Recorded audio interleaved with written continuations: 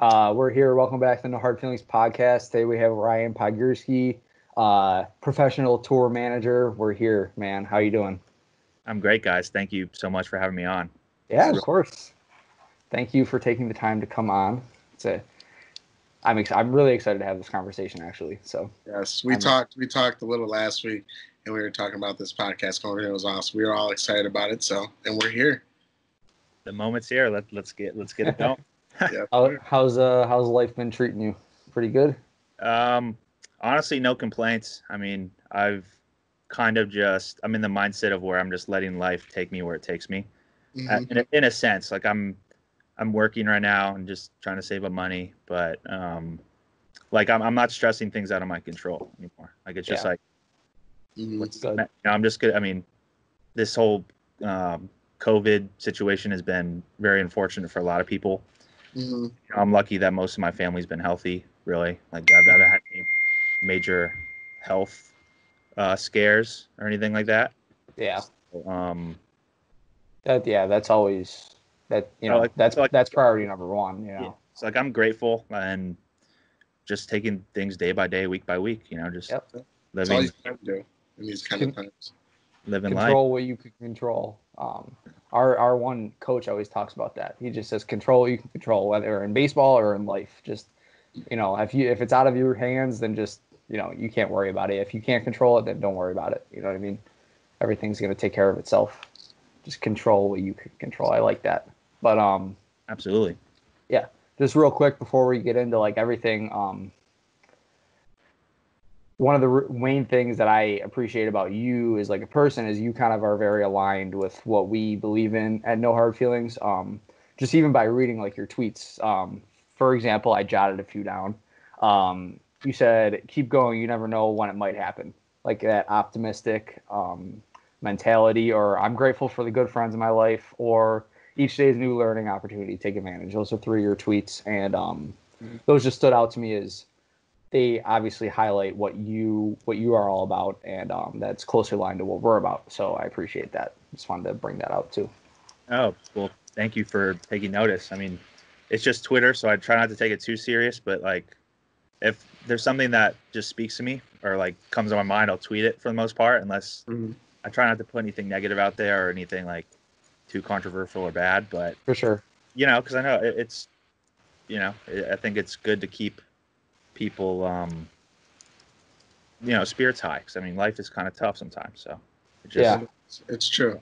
And I feel like that's a good way to go at it, and that's why we kind of like the whole way that you go about your social media and things like that, and pushing that message through tweets, even if you don't think you are, like just how me and Jared kind of read them and we're like, wow, maybe that helped us today, and you don't even know that you're helping someone out.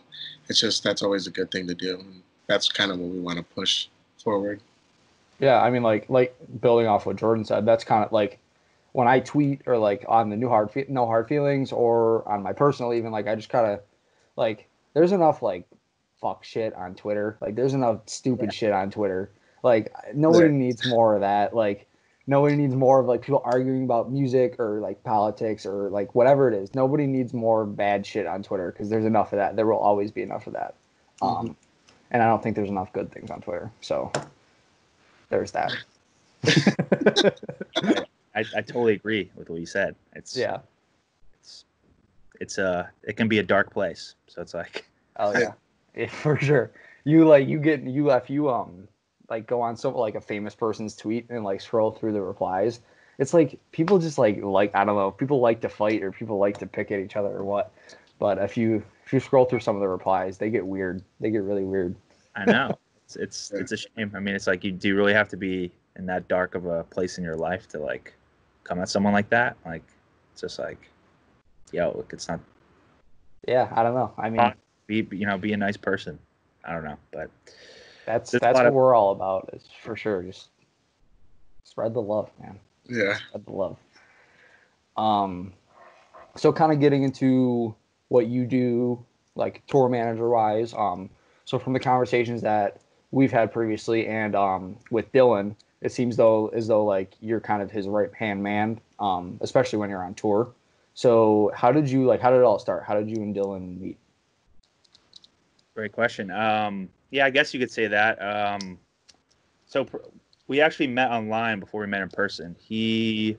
I was managing another artist at the time named Chris Buxton, and he like reached out to like collab with him, and I thought he was dope. And I was running a blog called New Sick Music while I was in college to kind of connect with artists and managers and all that, just because like in Buffalo music isn't like a huge. It's growing, but it's not like a huge hotbed for. So it's like I would use that to network, and Dylan would just send me his stuff all the time, and we kind of built a relationship off of that initial encounter. And then he in the fall of 2016, he had a show. He was opening for Huey Mack on tour. This rapper named Huey Mack on tour, and so I went to the show, and like we met up and just kicked it and chopped it up, and we stayed in touch. And then right after I graduated, what's that? No, go ahead.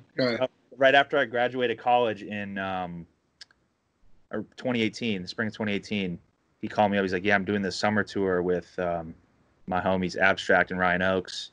It's like a co-headliner or a tri-headliner type run. We're looking at tour. I know you haven't done it, but would you be interested in doing it?" And I'm like, "What? Like, that's crazy. Like, because I've always wanted to like tour, see what it's like." Yeah. And I was kind of on the fence at first because I'm like, I don't know, like, because it's a big responsibility. And then I came to a point where I was like, all right, screw it. I'm gonna take a chance. If this goes out horribly, then I'll just never do this again. And that's you took that chance. Yeah, and I mean, it was one of the best experiences of my life. I mean, I was in charge. The way we traveled, there's the 3 artists, and then we had a photographer, a merch guy, and a DJ, and then it was me. And so like I was in charge of like the whole operation. And that's awesome. That's awesome. It was very fulfilling and very fun. Like all those guys, on that run, it's like those guys are like my friends for life. Even if we, I don't talk to them for months at a time or whatever. It's like they know that we just made that special connection and relationship. Yeah, for sure. Yeah, that's cool how you talked about like you've never done it, but you kind of took that leap. Like you were like, well, I've always kind of like thought about doing this, and if it goes well, then it's a home run. But if it doesn't, then whatever. You know what I mean? It'll be a good experience anyway. And now you're here. Yeah, absolutely. I think you just got to take risks one way or another, whether whatever you're trying to get into. Mm-hmm. You don't know if you don't try, and just going through your mind with the what if scenarios all day long, like that will just eat you up. So it's like, I just believe you eventually just got to go and do it and learn. And you've been on a few more since, correct? I have, yes. Yeah. So, I mean, it worked out. You went once, and then you're like, got right into it. And then you went a couple more times. So you've really been doing it. That's awesome. Yeah. Absolutely. I mean, until now, but hey, what to do. I know that. We'll get into that later. I definitely want to hear your whole opinions on everything being closed and like when it's going to open up, but that's for later. So I want to know like what is exactly like your responsibilities while on tour or like before tour, things like that. Okay, that's a great question. Essentially, like the short definition of it is like you're in charge of the whole operation, and if you mess up, that's on you. Like, I kind of like to look at it as like I'm the coach, like I'm a coach and I'm coaching. You kind of have to blend, a big part of the job is blending all these different personalities and making sure everyone is doing their job correctly. Mm-hmm.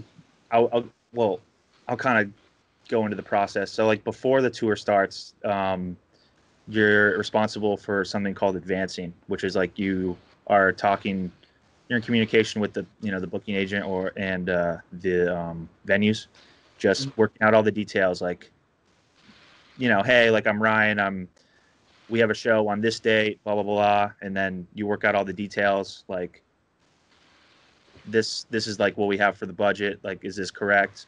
Just making sure like you dot all your I's and T's, or dot all your I's and cross all your T's. Just making sure everything's good. So day it shows. There's no problem. And really, I think the key to it is just over communicating. Just like whether it's like, oh wait, I didn't hear about this. Let me just ask. Like, oh yeah, of course, like we can do that. Or no, that's a problem. And then it's like, okay, because I mean, really the hardest part of tour is like when you're out there, because it's like there's so many things that can go wrong, you know. Oh yeah. But so it's like it's almost you're playing catch up. But really, like how I look at it is like your main job is to make sure the artist doesn't have to stress. Like they should just worry about performing and doing what they got to do to like better, you know, be ready for the show. And because that's really what they hire you to be. You're an extension of them. I mean, yeah, you know, so it's like, I pride myself on just like making sure it's all good to go, just because like this is like people's livelihoods on the line. Like this is their career, you know, and they're putting it in my hands. So it's like I take it very seriously and like respect that a lot. I think I kind of went in a few different directions, but that's fine. I got kind of like I don't know if it's a weird question, but it's not like I don't know if it's a common ask question. But so when you're on tour, do the rappers, singers, whoever, do they not like speak outside of their shows? Like, do they have to save their voice because they're on so many tours and shows? Because I know it's got to be hard. I can imagine.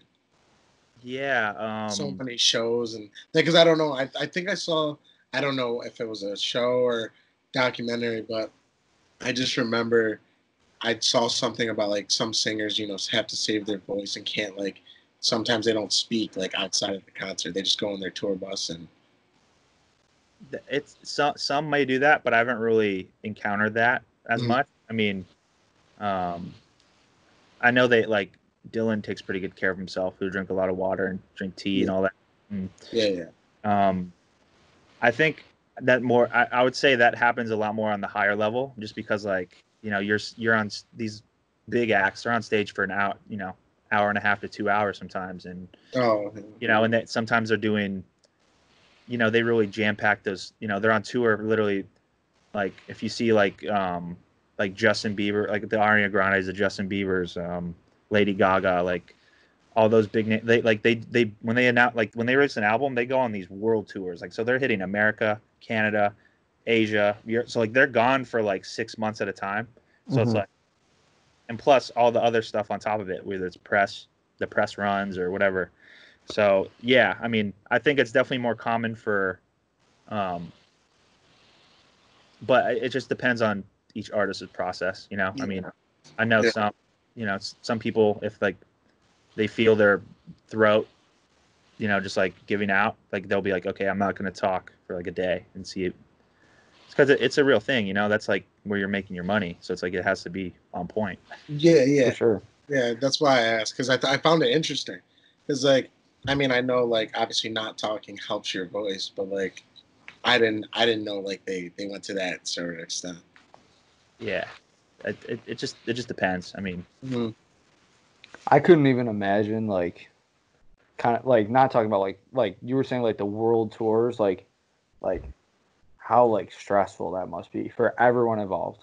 Like going like you're gone for 6 months, you got to deal with press, you got like crazy ass fans following you, like you got security to worry about, you got press to worry about, you got booking to worry about. Like I couldn't like, and that's probably just what I can think of, not having any experience. You know what I mean? Like I couldn't even imagine doing all that. I mean, I want to get there, but thinking about it right now is definitely stressful. Yeah. But when you're at that level, it's like you get everything taken care of. It's like you're like there's the tour manager, then there's like the state, like there's just as the production gets bigger, it's like then the whole crew, you literally, I was on tour with somebody who last summer he like worked on one of the weekends tours, and he said basically like when it's that size, it's like there's one person assigned just for one job, because essentially when I'm like on the road with Dylan, it's like I'm wearing multiple hats just because like the size of the shows and whatnot. It's like you don't need a full-on crew. It's like I'll tour manage, and then I'll do merch, and I'll drive, and I'll do as much as I can, really. Right. I guess I never thought about it that way. That obviously when the production gets bigger, you're gonna have more people to work, so maybe it's not as stressful as one would initially presume. But still, like you're in, when you're on a big show like that, it's just like there's a way. I'm sure it's even more stressful just because of how many moving parts there is. Just For sure. yeah. Yeah. But hey, that's what I'm striving to get to. So we'll see. Yeah. You'll be there. You'll be there. I'm learning. Yeah. I mean, that must be like obviously it's stressful, but like I couldn't even imagine how fun that would be. Like just to like, Dude, fun. Like if you said you had one of the best times of your life, and you said it's nothing even compared to a world tour, like think like I don't know. I don't know what could be better. I feel like it's partying for 6 months, really. I mean, Not just partying. Obviously, there's like you said, you obviously have work to do and things like that. But I feel like at that level, maybe. yeah. I mean, just because like you're on a bus and like you have somewhere to sleep every night. Yeah. But I would just say, the way I look at tour now, it's like from the outside looking in, it kind of seems like it's a big party, but I like to think of it more as like you're making memories with these people, whether there's alcohol involved or whatever people are doing. Yeah. I look at it more as you're memory, just you're building great memories. Yeah, it's just like with anything else, there's a time and place where it's like, oh, like we have a show tonight, but then there's a day off the next day. Like let's have a little fun tonight after the show, Yeah. But like sometimes it's like you gotta be up at 8 a.m. the next day to drive 8 hours. It's right. it's a grind, but Oh my God. Yeah.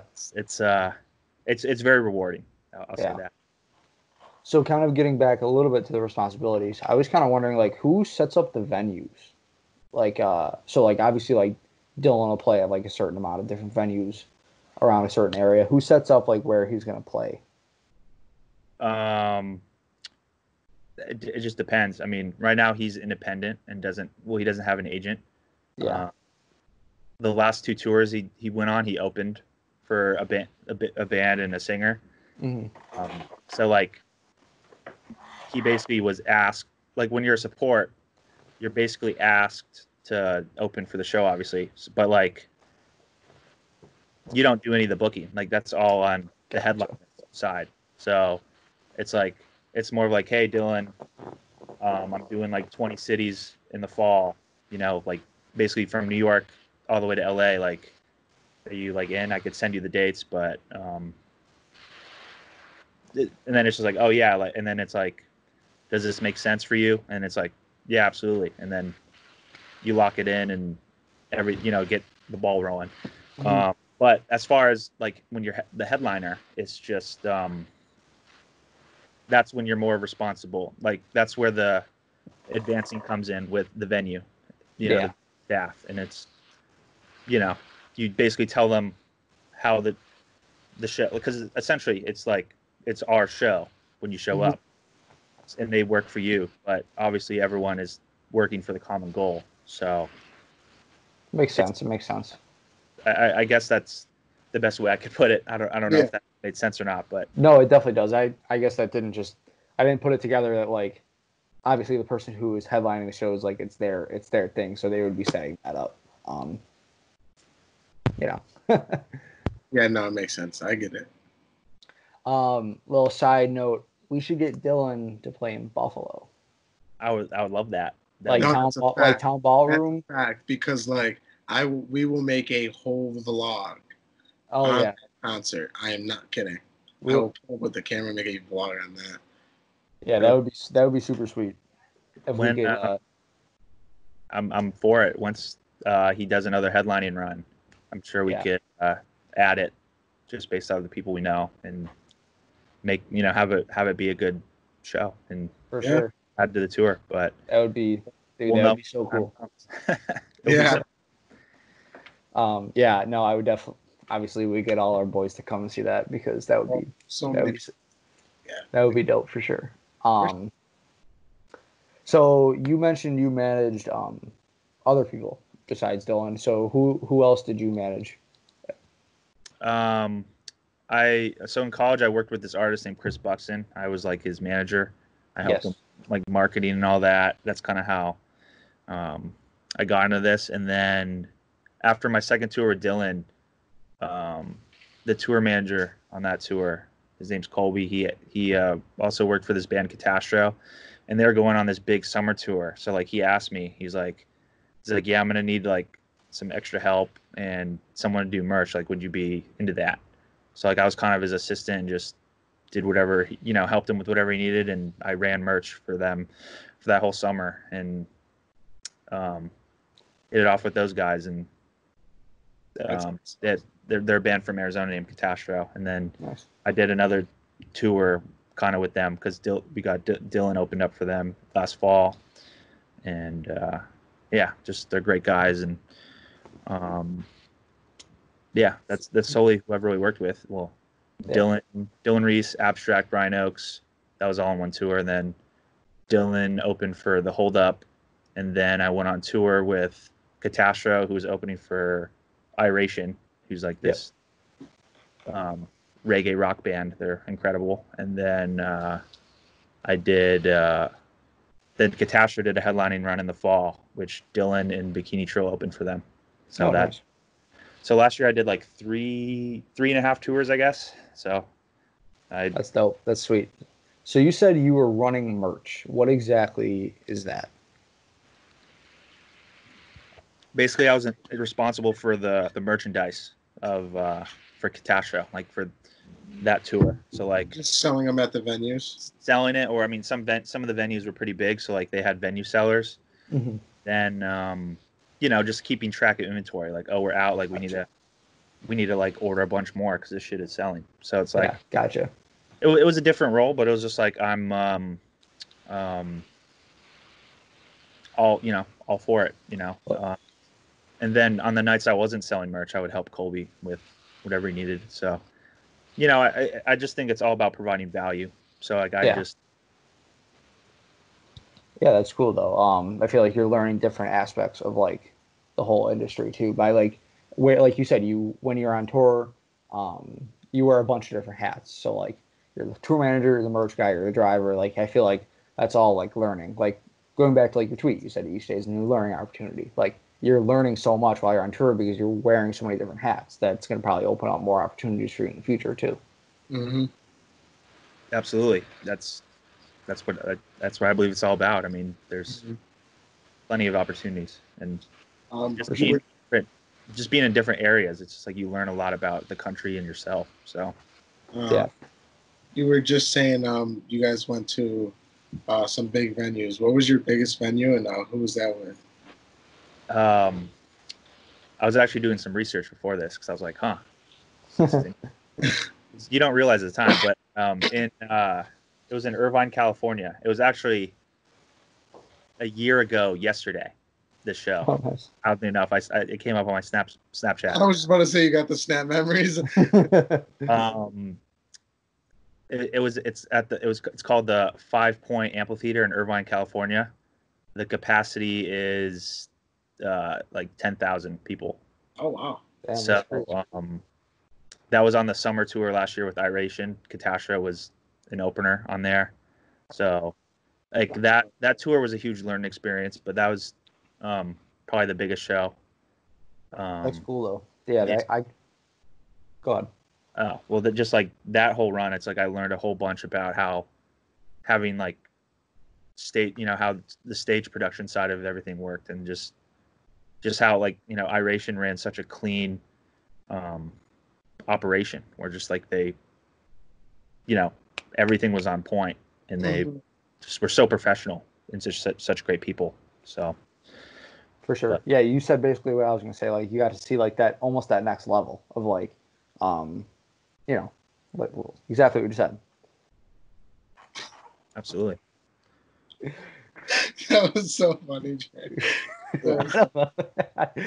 I didn't know how to put it into words, but yeah, you said exactly what I was thinking. Fuck it. Who cares?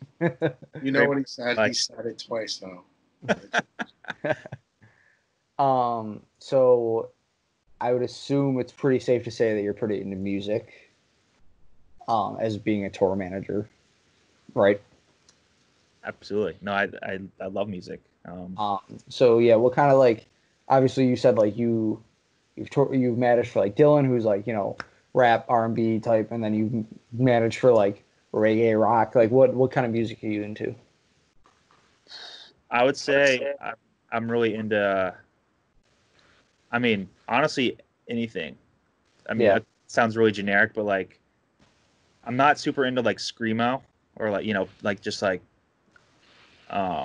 or I'm not. I mean, if I'm in the right mood, I'll listen to like country's fine, but like country's not something I'm going to listen to like on my own. But like, if it comes on like at a barbecue or Like like if chicken fry comes on, yeah, chicken fry. like I'm not mad at that at all. Like it's a great song. Great. Yeah. But I mostly listen to like I guess like R&B, pop, bit of rap, alternative. I really just try to like keep my ear healthy, just like because it's like one day I might hear something that's just like so out of the blue, and it's like wow, that's so cool. So it's like I try to just have an open mind. I mean, whether it's like, I mean, even if someone did send me like a screamo song or whatever, and it's just like heavy metal, and it's like that kind of bangs. yeah, I'm not a hater. It's just like it's not something that I'm gonna listen to like when I get up in the morning because it's like that's just not like me, I guess. So. For sure. Have you listened to the Kid Leroy? Do you like him? I honestly I've not listened to him at all yet. I see his name floating everywhere, and it's like I've been meaning to, but the last 2 weeks of music, it's just been there's so much been out. It's like so hard to keep up. So do you like Juice? Did you? Yeah, absolutely. You should listen to Kid Leroy. Rest in peace. But yeah. Yeah, he made a song with the Kid Leroy on his album Fuck Love. He made a song called Go with Juice, and it's really good. Like really good. Like if it wasn't illegal to play music, if it wasn't copyrighted to play music, and I'd play it. Like that's how good. Damn. I want to be able to get to it after this. So on Juice's newest album, Kid Leroy was on it. Oh yeah, he was on. He there was on the song with Polo G. The thing about Kid Leroy is he's 16. Oh shit. Okay. Like I want you to put that in perspective. And Isn't like he from Australia too? Yes. And like the thing is, I don't know, maybe Austria. I don't know. I'm not sure about that. I'll look it up. His music video Go was video footage of him and Juice recording it in Juice's house. Like that's awesome. Like I watched and I got chills and I was like, wow, like that's crazy. Like this 16-year-old kid is working with someone who was on his way to being one of the most unique rappers to touch the game. Like it's just crazy, and the kid's unreal. So much talent. Yeah, I'm pretty sure he was super close. Well, first of all, he was from Australia. He got signed by Juice. Yeah, well, it says Associated Acts Juice WRLD. Like, so I'm pretty sure like he had some more ties to Juice than just being on a couple songs. But what I was gonna say, the song with Juice and Polo G on the new album, that was like, if you notice, like his verse is like totally different than anything he does now. And I don't know if I was watching a video or I read it that like that song was recorded like way before Kid Leroy was big. Like it was like before, like because like it was before he found his new sound that he's been like blowing up off of.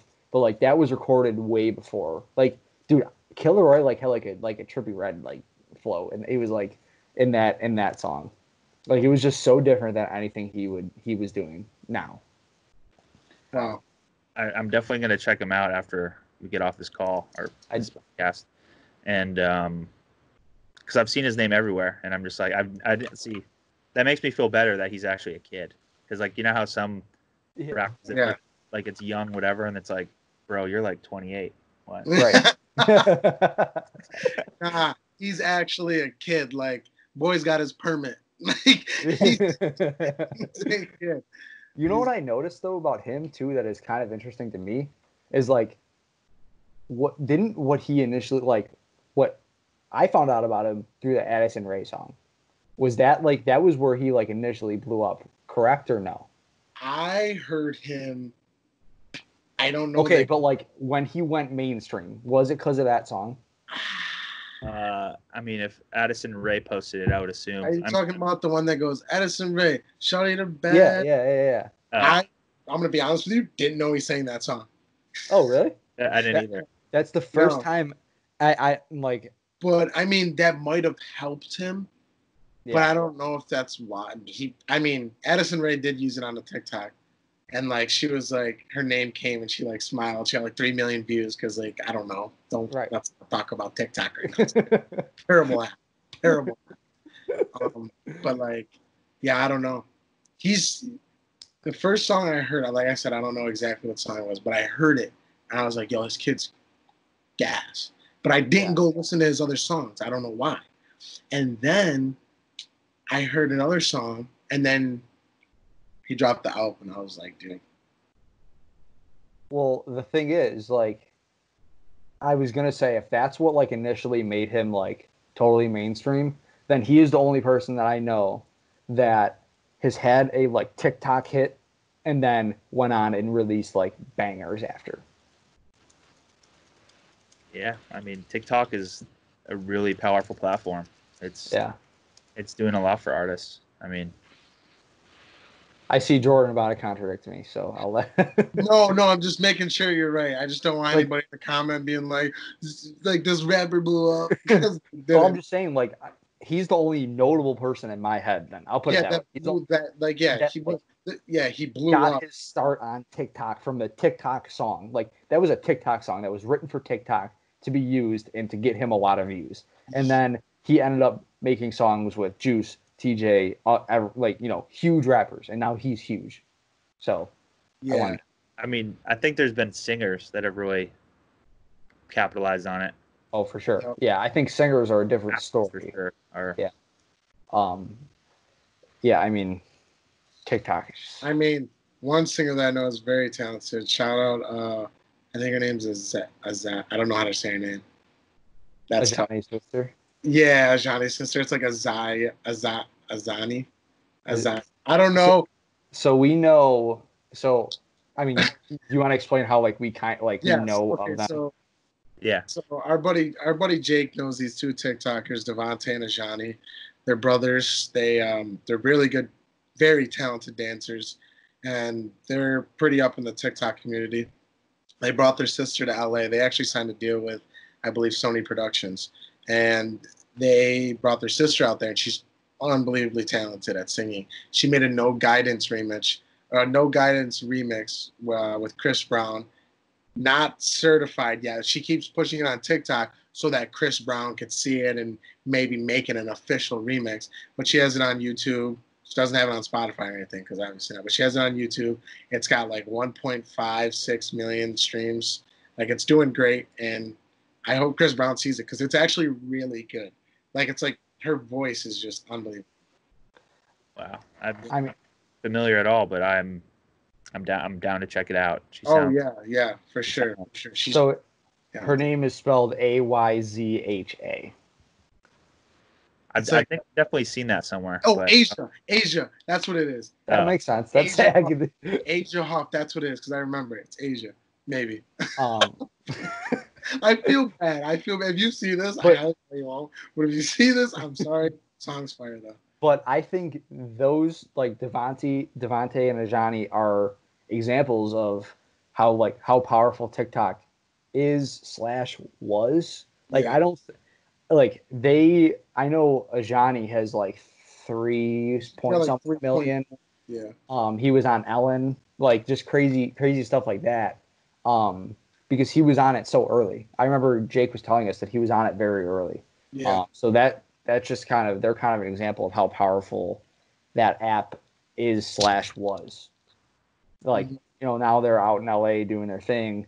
They got a deal with Sony, I think. I don't know. Yeah, I believe they do. Okay. I don't want to say that.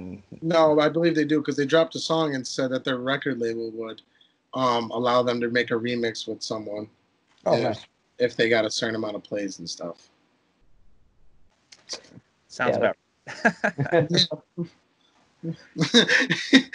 Ryan's like, yeah, that's how it goes. That's the industry. Yeah. So getting back to like what kind of music you listen to. Actually, I did have something I wanted to say. Like, you were talking about like your opinions on music and like how you're pretty diverse, and I respect that a lot because I see people like we were talking about how Twitter is like pretty toxic sometimes. I see people on Twitter, they'll like either post like some like crazy like music opinion that they have and then get mad to the point of like saying very offensive things to people on Twitter when they disagree, or the other way around, or people disagree and they get so mad. And I'm like, you got to learn the phrase like in my opinion. Like in my opinion, this person is better than this person. You know what I mean? Yeah. Yeah, absolutely. I mean, this is the thing too. People gotta realize. Yeah. Music is subjective. Like, yep. Like I can think a song is great, and you guys are like, nah, I don't hear what you're hearing. You know what I mean? Like it's, which I think. Like, yeah, no, you're totally right. Like literally, like all three of our brains are literally different. Like you might hear something that I literally just don't like. I literally just don't hear it the same way. You know what I mean? Like, and like I feel like people have to kind of respect that. For sure, I think that's you have to. Like, sure. I hate how people just like be like, yeah, that artist is trash. It's like, what? Like, like he has like what 2 million monthly listeners. Okay, like what are you doing? Like, you know what I mean? It's just right. And I rarely say like that person's trash because like I can like respect them. Okay, yeah. like I don't want to get into like my whole opinions on Drake again because I did it with Dylan, but but I just if I had to pick 5 people to listen to, it wouldn't be Drake. But I respect everything that he's done for the rap game, the music industry, everything like that. I think he puts out very quality music. If I had to pick 5 people, he wouldn't be one of them. Yeah. And I don't think I'm hurting his feelings by saying that. You know what I mean? He don't give a. Yeah. You don't give a fuck about me. This T-shirt. It ain't that serious to him. I mean, he's got plenty of people to listen. But I hear what you're saying. I mean, I think Drake is so like formulaic right now. Just like, I don't know, the way he's able to craft stuff and like execute ideas. His whole team is just like, it's kind of unreal. But like also, it's like the older we get, I think you outsmart it. And you're like, like I see what he's doing there. Yeah. But no, and like don't get me wrong, I still like listen to Drake songs. I'm like, yeah, this is like a really good song. And like I have plenty of Drake songs in my playlist. Just not my top 5. Yeah, no, I get. I mean, it's like he'll first drop something, you're like, damn, like this is it, and then you hear it everywhere, and it's kind of like, all right, like I'm good. Yep, and it's almost like to no fault of his own. Effect, yeah. You know what I mean? Yeah, that's a good way to look at it too. Though, is like you just hear it so much that you're like, nah. Every time I hear it, getting lit. Jared knows I get lit. Drake's my boy. Pop star comes on, over. That song's fire. I'll give him that. He said 4, 6, 8 watches Factory, so they appreciate. Like that flow is just so nuts. He's good. He's good. I agree. He is good. You're right. Thanks. That could be subject for a whole nother podcast where we just talk about Drake. Yeah. Oh, believe me, I will. Yeah, that could be another 40 minutes of conversation. You know. We can go through every album. Yeah. There you go. There's a content piece for you guys. Yeah, there you go. Artist reviews and go through in depth. Big things coming. You are more than welcome to join us, Ryan. On yes. Okay. Just let me know, and we'll. That would be dope. That would be dope. I like that. Artist reviews. For sure. Because I feel like everyone's. There's so many artists. Yeah. There's so many. And like even like people like you, Ryan, like people who are in like in the industry, I would love to hear your perspective on different artists. You know what I mean? Absolutely. I could talk about music forever. Just like at least stuff that I've listened to. Like I mean, I don't really have anything to say like about Kid Laroi right now, but I'm sure I will one day. By the time we do an artist review, we will. For sure. So kind of like still talking about music, but like not really. So you have managed plenty of tours as we've set the stage for that. So I want to hear like some of your crazy stories. Like this is like like I don't know if you understand. Like I've been waiting like all week to hear some of these. I've been waiting so long. No pressure at all. No pressure at all. But like I was excited to hear all this stuff. I've got a few. Because I know we had a conversation last week and you were like, oh, like that could be a whole podcast. And I was like, yeah, you're coming on the podcast. Okay. Number one, I still get clowned for this today is when we got in an accident. I'm not going to go into the details about that, but yeah. Basically, a garbage truck didn't see me and it hit me. Yeah. And yeah, it was a stressful day, but me being the leader of the squad, I had to compose myself and figure out a way to, because we don't want to, it's a bad look to miss shows. So it's like I had to, as rattled as I was at first, I had to like compose myself and put it out. So, yeah, I mean, I just don't really want to get into that just because if you don't have to get into the van. There could be legal trouble there. Who knows? Van was not in good shape. Van was not in good shape. Understood. Made it out. Yeah. Another one is just like you see, like after a show, you're like going to the hotel, like leaving for the hotel like midnight, 11. So it's like you're checking in at like 1 a.m. sometimes, depending on where you are, and like you just come across some interesting characters. One in particular, we had a show in New York City, and it's like the motto is always GTFO, get the fuck out of New York City, because parking and hotel, it's just like it's too stressful to deal with, and plus the traffic the next day. So luckily our next show was in Jersey, so we drove like an hour after the show to get to Jersey so we could just chill.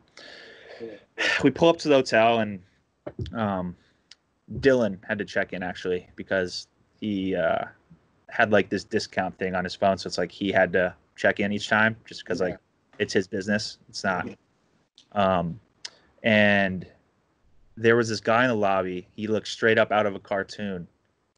If you want to think of it, his I got a picture it in my head. If you've seen Toy Story 2, the guy, he basically looked like a human version of the toy dude. Like the guy that I forget what his name is, but he is it not Woody? Not Woody. No, the toy creator. Like he's in the second Toy Story. He had Woody and the other toys trapped, and then like this. Oh, the guy that ate the Cheetos. No shot. All right, I'm gonna put a picture like in the edit, like when this is posted, it'll be on the screen. That's hilarious. So basically, I just gotta see it. I gotta see it. Just looking up like Toy Story 2 toy creator or whatever. You might lose yourself for a minute. That's so funny.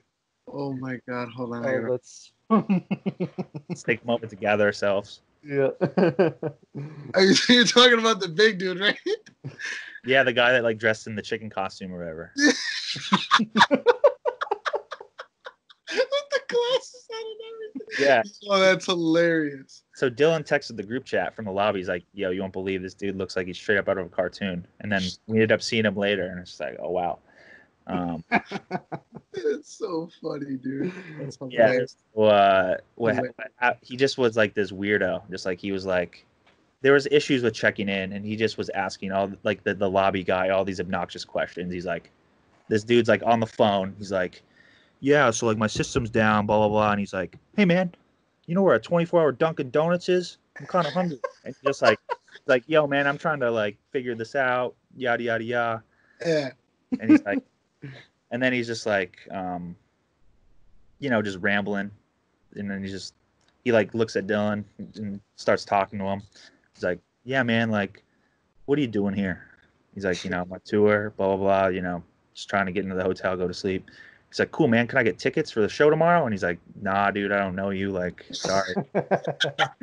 He was just trying to pull up. Yeah. He's just being extra, and then he's just like, Dylan's encountered this guy for what, like 20 minutes, and he's like, man, my wife just divorced me at 20 years. Can you believe that? And he's just like, No, like I don't know who you are, man. Like, Can you believe it? No. Yeah, and then so the dude fixes it. We get our room. This dude, he's parked near a car, and he has like these two like big guys in his car, like suspiciously. It's like, this is weird. Yeah. So we go to the room, wake up at like 4 a.m. to a phone call from the hotel, or someone's calling, and we're like, what the? It's like it's one of those moments where you kind of wake up and then you fall back asleep because you're like half asleep. Yeah. Then a few minutes later, there's a knock on the door, and we're just like, the fuck? And then the guy from the lobby, and sure enough, cartoony there, is like, hey man, are my guys in your room? And we're like, what? I think Dylan actually answered the door, and I still remember his face to this day. He's just like puzzled. He's like, what, bro? Like, because it's like 5 a.m. or 4 a.m. or whatever. And Yeah. he's like, are my guys in my room? I think they might have come in your room and got it mixed up. And we're just like, he's just like, I don't know what you're talking about, man. What the heck? Don't you think like if like there were people in our room that weren't supposed to be in our room, like we would have like said like, hey, like what? Yeah. So the next morning we talked to the lobby guy. We're like, what the heck was that, man? Like, what the hell? And this guy, he goes, yeah, man, sorry, I just had to prove to him that they weren't there. He like was on my case, I told him and all that, and then he said, well, he left at like 3 a.m. and left his hotel keys with these two random guys, because he had to go pick up his brother from the airport. He's like an auctioneer or something, or I don't know. And then he what do you call it? He came home. He came back to his room and tried to open the door, and two people were like banging in his room. So he's puzzled. So he's really puzzled. Like, oh my god! But his logic was, wait, okay, but like those two guys like sold the key or whatever. Who knows? But like they weren't. Yeah. So his logic was like, oh, this dude Dylan was in the lobby with me. So maybe the guys or my workers or whoever they are in his room maybe at like 4 a.m. for no reason. So that's why I got the knock and the call, and like we're just like, what the? But yeah, the dude was a total like weirdo. I mean, thankfully he wasn't like pulling some other crap. He just was like, he's just one of those dudes that's lost in life. Right. Like, but that was a really funny story. I don't know if you've seen me laughing over here a little bit, but I've just had the picture up on my other screen, and it's just so funny. This guy, I can't wait. And I'm looking at him in the chicken costume. It's just like, I can't wait to put it on. Just like, yeah, make me know that. Yeah, that's funny. Who knows? Maybe he's a stalker, but hopefully he doesn't hear this. But I doubt hopefully. Sorry, dude. And if he does hear it, I mean, it's like, play it back again so you can hear it again, and make sure you subscribe and like. Yeah. That's like one of the more funny encounters. Other, I'm trying to really think, because like I'm trying to give you guys a bunch of gold here, but all good, no pressure. No pressure.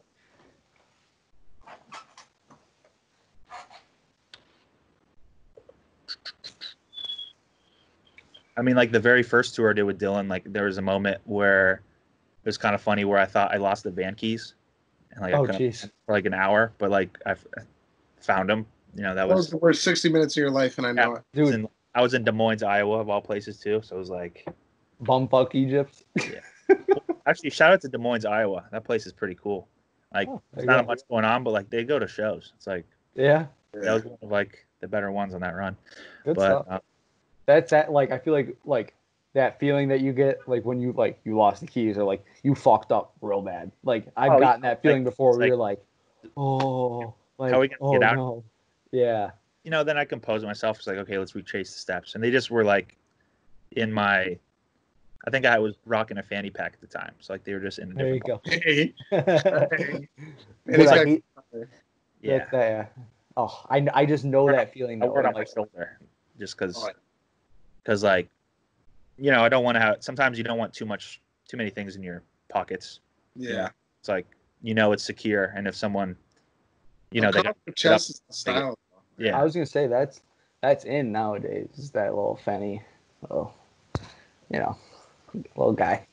Got it, like clicks around your chest, like holds things. But no, when you said that, I know that feeling though. Like I know it's just like your like heart drops into your ass. Like you're like, oh my, like fuck, like what did I when do? you wake up in the morning and like you want to go to D Hall, and our fucking college is so strict they won't even let you look up your name. So like you can't find your ID, and you're like, Jared, how many times have we lost our ID? Oh, a lot. And like you only get 3 guest pass a semester, so it's like if we have like our friends, girls, whatever, come and then we use the guest passes, like it'll come like November and we'll be like, bro, I can't find my ID. You got a guest pass? And they're like, no, you're not eating. It's like shit. They don't recognize your face or anything, or like your name. They don't. No, they do. Oh, you go to school there. Yeah. You gotta have that ID, Ryan. If you don't scan that, you cannot get. And the thing is, right? We get unlimited meals. Unlimited. We pay a certain amount at the beginning of the year. It's unlimited. So if you don't even got my ID, I don't give a damn. I got unlimited. Like, you know what I'm saying? There was literally one time I remember my freshman year. I was rolling with my boy James Asante. Shout out James. And we went to D Hall. He didn't have his ID, and I thought I had a guest pass. But I'm like, bro, you're chilling. Like, we didn't know if this was like the rule. I'm like, bro, you're chilling. Don't worry about it. They made him walk all the way back to his residence hall, which is not like super far, but it's far enough to be like, bruh. Like, come on. That seems a bit much. Yeah. Well, we go to. I'm about to graduate. I got to. But yeah, no, I know that feeling though. It's just like, oh, like I can't even explain it, but I could imagine. Anything else that comes to mind? I'm trying to think. I'm trying to like pull one from like each tour that I've done. So that was like the first one. Yeah. I mean, there are other memorable times, but I don't think they're appropriate. Well, yeah, keep the. Yeah. The second tour with Dylan was opening for the Hold Up. Mm-hmm. That one was just a really fun run, just because like it was like smaller, because it's like it was just the headliner and then our crew. So like everyone, it was like probably maybe 12 people total. So it's like everyone got to really know each other really well, and just like everyone was, we all, the chemistry was really good. Like their crew was just like, or everyone, their squad was just very easygoing and like, had a good sense of humor. So like it was just fun. Yeah, that's awesome though. That I would say that a memorable moment from that tour was at the end. We all played basketball, like squad versus squad. So like that was kind of fun. That's dope. We went to the movies, I think, once. So it's like there's like off days on that tour that were really fun. Yeah. And then I don't think there's really. I mean, that was really smooth. There wasn't really like any epic stories. It just like was a good time, Yeah.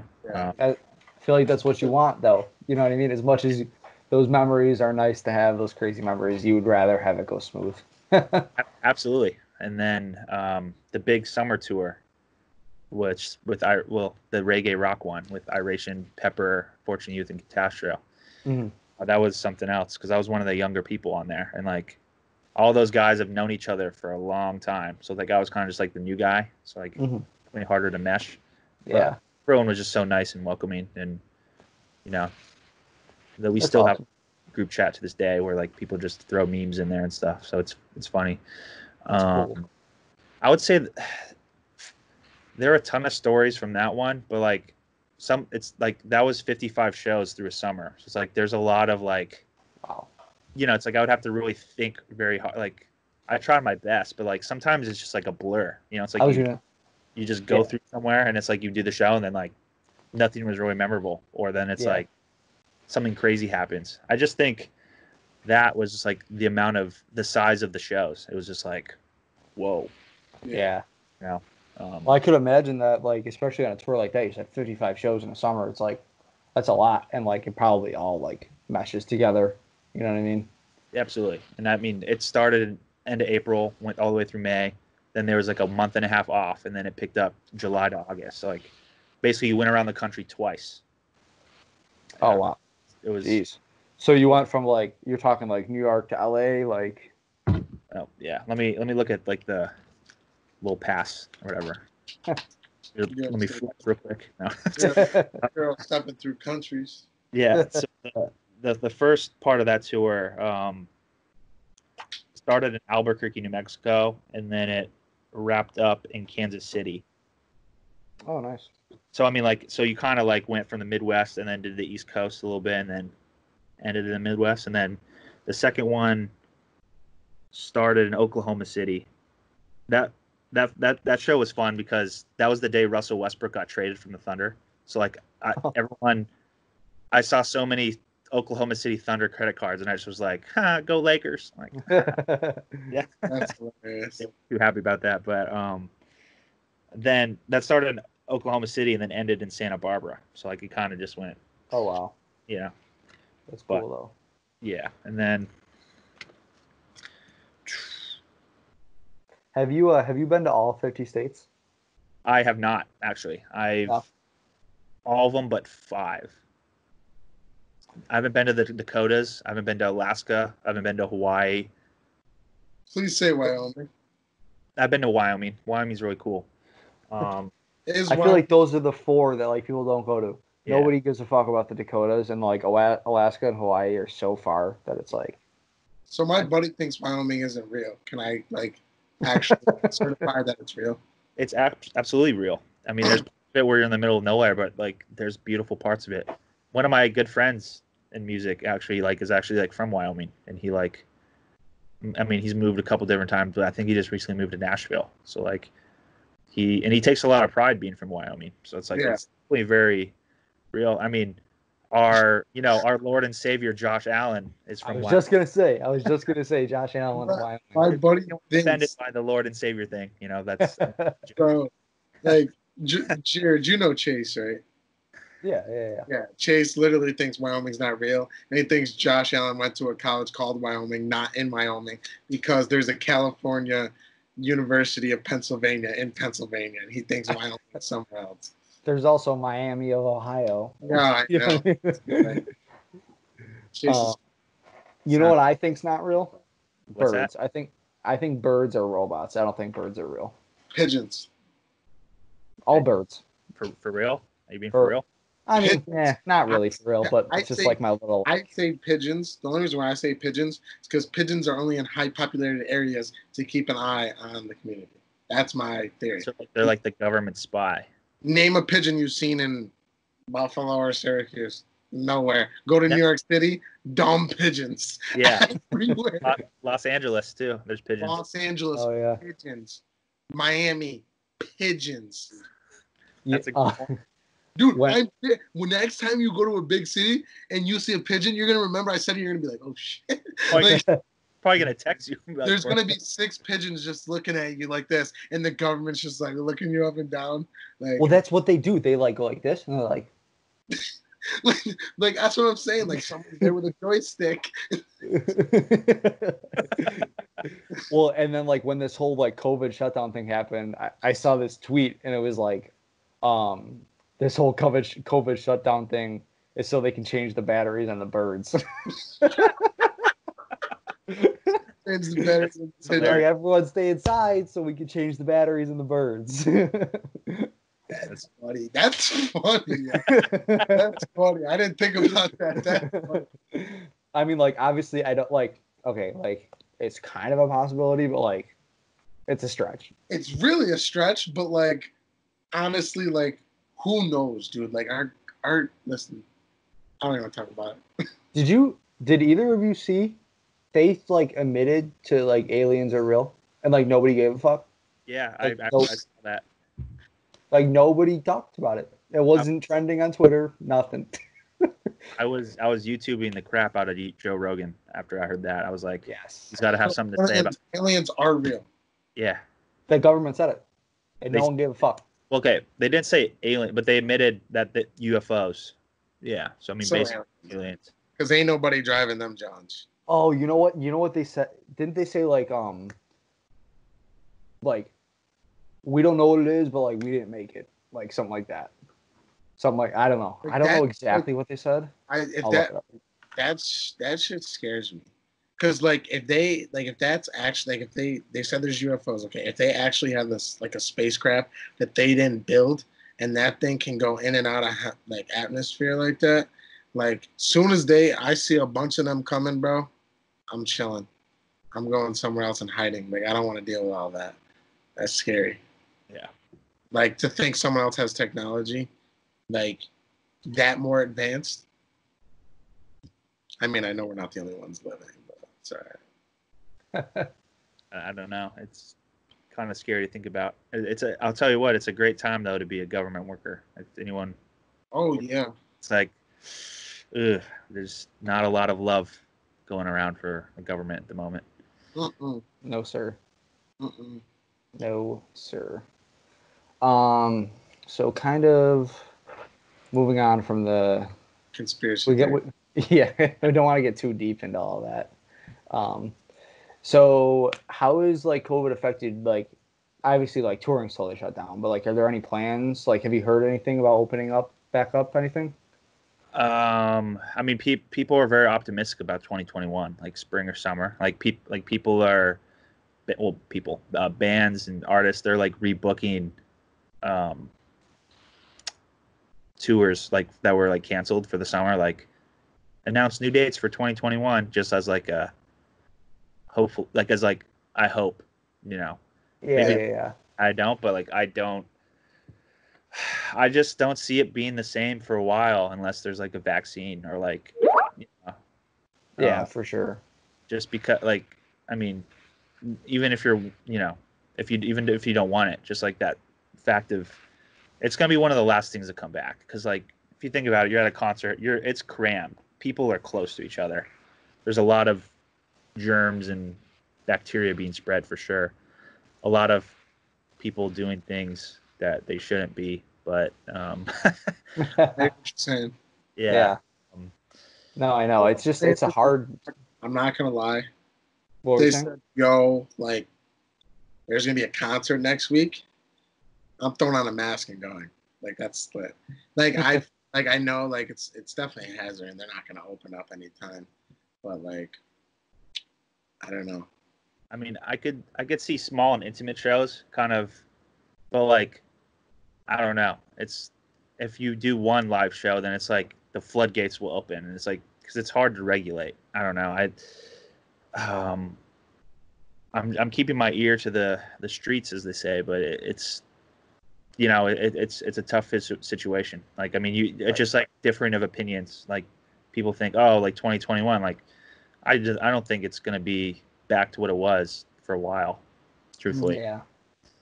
Yeah, it's like that's one of the industries that's tough is because like it's literally crowds of people and like that's the one thing that everyone's trying to avoid is crowds of people. Crowds of people. Like Yeah. you want crowds of people. So yeah, like it's ticketed customers, and Yeah. we'll see what happens. But for the meantime, I'm just trying to help other artists and provide value to my friends in the industry. Where there's just like, oh, like I know this, like I can connect you guys, or Yeah. just ever, like just staying involved. But Yeah, no, that's good that you're, like you said, like trying to connect people because then you're getting it helps you too. You're not just helping other artists, you're helping you because then they're like, oh, like, Ryan played a big role in getting me here. So like they're going to give you the opportunity to like manage a tour or like do something like that. You know what I mean? absolutely. And just, I mean, really just being selfless, just like giving without expecting anything in return, Yeah. Who knows if someone wants to put my name in a conversation or that or this, and it's like great, but like I'm not gonna do this or that just because like I know that this person does this and has worked with this person. You know what I mean? Like Right. doing it out of the goodness of my heart. But It's yep, always the good way to go. Yeah, absolutely. Well, that's the right way to go about it too. Is doing it because you want to do it instead of just like doing it and expecting something in return. In my experience, that's just never worked out really. Yeah. It's like you can kind of tell people's motives, and it's like, really, you're gonna like come at me like that, like Yeah, But hey, it is what it is. I mean, it's all trial and error, really. I mean, for sure. but um, Yeah, I mean, I hope you guys can get back on tour soon. I mean, like obviously it's like a huge part of what even everyone in the industry does is touring. So Yeah. and going to concerts is mad fun. yeah, it's a huge moneymaker. It's a like whole separate economic side of the music business. But Right. it I what's amazing about the human race is we always find a way to innovate and evolve when we're challenged. So I think some good will come of it. I mean, you're starting to really see a lot now is just virtual concerts, like in a sense where it's like so and so's doing a full on production on stage, but just no one's there, and it's like you get to stream it and watch it. Obviously, that's not the same, but like that's kind of like the closest thing. And I'm seeing like you have to buy an online ticket to even stream it, so it's like Yeah. that's the way. The whole drive-in concert thing is kind of interesting. I mean, that I was like going that well for a idea. while, but the chain smokers kind I of was fucked. gonna say the chain smokers fucked it up because they like everyone got out of the cars or something, right? Yeah, I mean, I Yeah. don't blame them. Like they were, you know what I mean? It's like you're that close to it. It's like screw it. Like let's have fun. And it's Well, like, especially if It's gonna stop you, but like that ruins it for everybody else. exactly. But yeah. so I I mean, don't. but if people are there and they're in close enough proximity to talk to each other and they're drinking and they're gonna get out of the car. You know what I mean? Like it's just gonna happen. And like I don't know, and I'm not saying it's a good thing. Like I don't necessarily think that's a good thing that there's crowds of people, but like it's gonna happen if you do something like that. You know? Yeah. So I mean, it's tough. And also the thing is with touring too. Yeah, like the safety part of it, but like the way that crews and the artists travel, it's not like the most sanitary. It's like if you're on a bus, it's like you're cramming 10 people on a bus in bunk beds. You know what I Right. mean? If one person were to get sick, it's a wrap for everybody else. Yeah. In a van, it's like you're cramming like I don't say cramming, but you have 6 or 7 people in a van at a time, and then it's like that 6 or 7 people are in like 2 hotel rooms, Yeah. a night. And so it's like normally when someone gets sick on tour, it's like everyone distance themselves like crazy because it's like Yeah. crap for everybody else. So So is it like a motorcycle or what are they called? Oh my, a motorhome size kind of bus? it depends. I mean, Yeah. like the tour buses are they're pretty massive. Like there's like a lot of space. It's like I mean that's what the people are living on. I haven't done a tour bus tour, but I've been on buses before. Then there's what they call what do they call it? It's like a motorhome, but like it's not quite a bus, but it can fit like a decent amount of people. Same Yeah. kind of, but a bandwidth, I think that's what it's called. Yeah. But it's like because normally with the bus you hire a driver, but with the bandwidth it's a little bit bigger than the van, so it's like normally people drive that. But Yeah. I don't know if you're